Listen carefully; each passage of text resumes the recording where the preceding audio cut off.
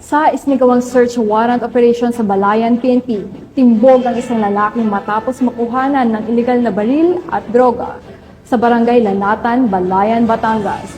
Magbabalita dyan si Patrolwoman Rica May Esteron.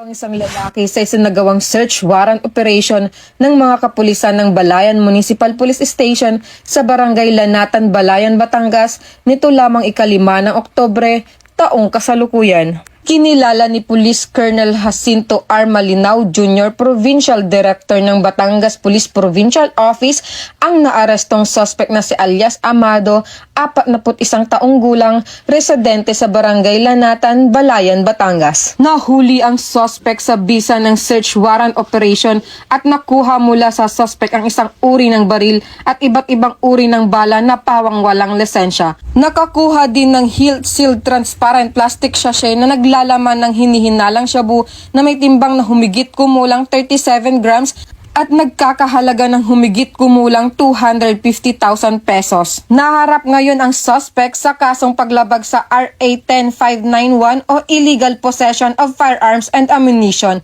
at kasong paglabag sa Republic Act 9165 o Comprehensive Dangerous Drug Act of 2002.